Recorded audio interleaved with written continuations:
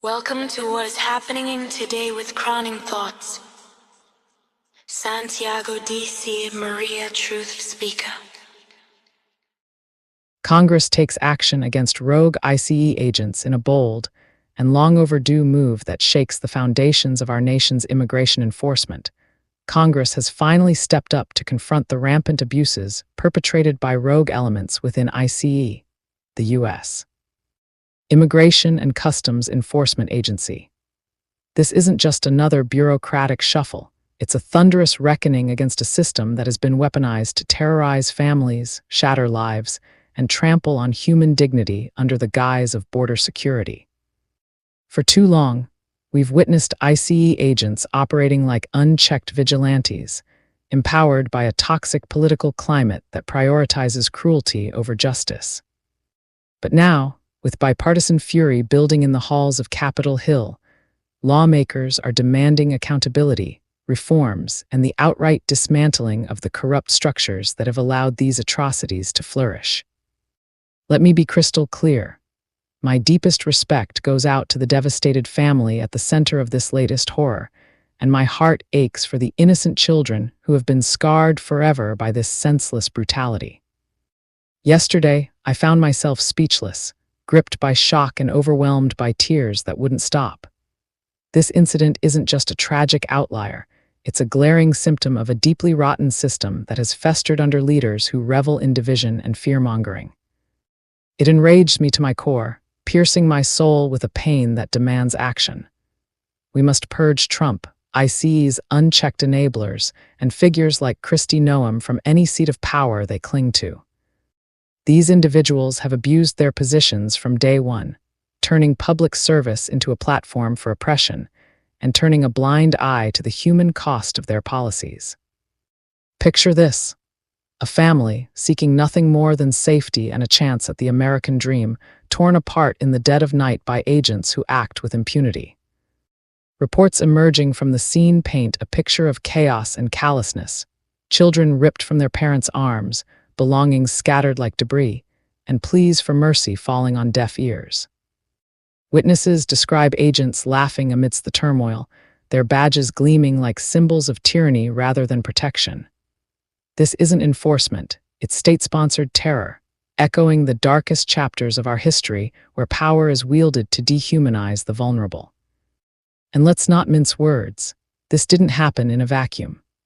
It traces back to the inflammatory rhetoric and draconian directives from the Trump era, which empowered ICE to operate as a rogue force, unbound by ethics or oversight.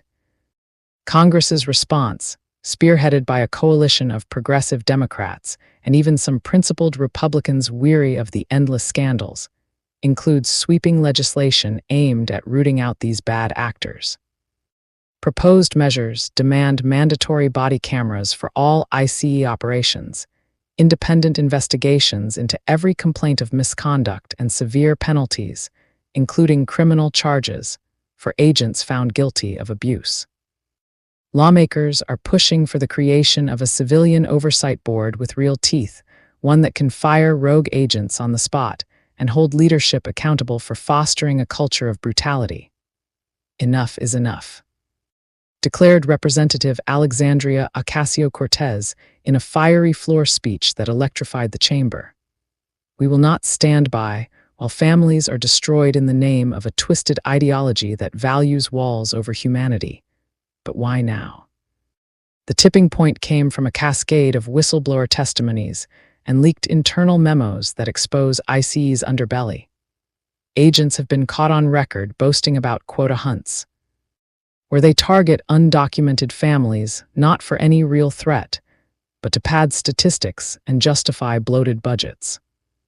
In one chilling account, a former ICE officer revealed how directives from higher-ups, echoing the anti-immigrant zeal of Trump and his allies like Noem, encouraged aggressive tactics that bordered on sadism.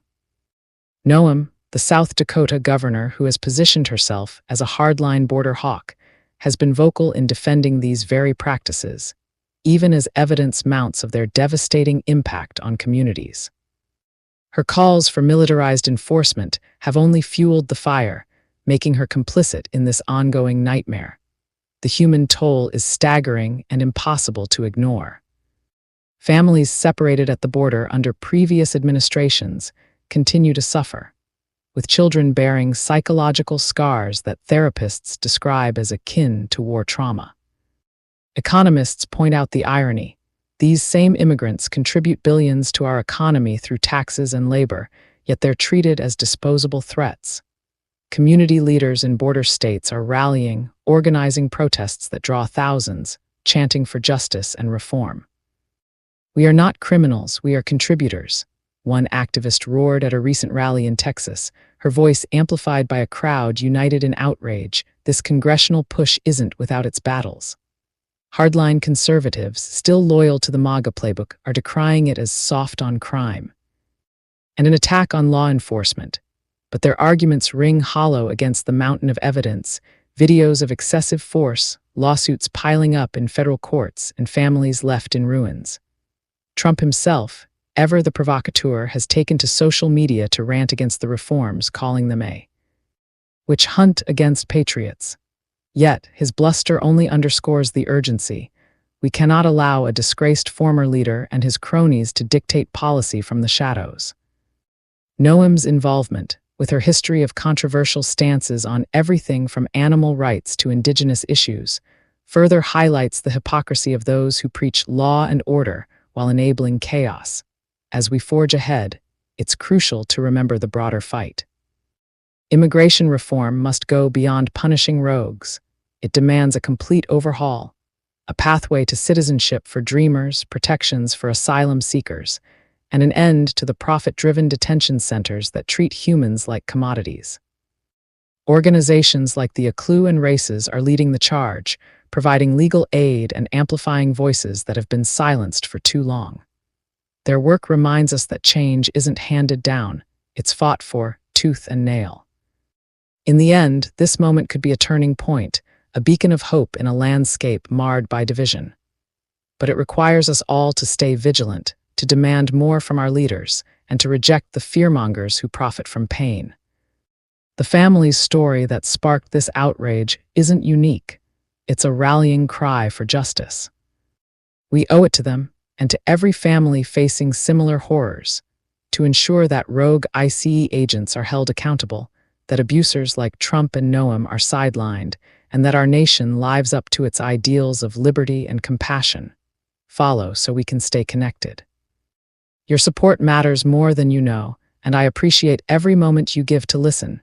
Your support is important to me, and it helps me a lot. It keeps me active, bringing you important information with your support and comments, likes and shares.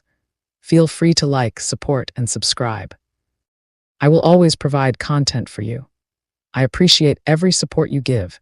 Crowning Thoughts, True Speaker, copyright 2025 by Santiago D.C. Maria, licensed under Creative Commons Attribution. I love you all and I appreciate each of you. Stay blessed. Thank you for listening. Love always. Santiago D.C. Maria.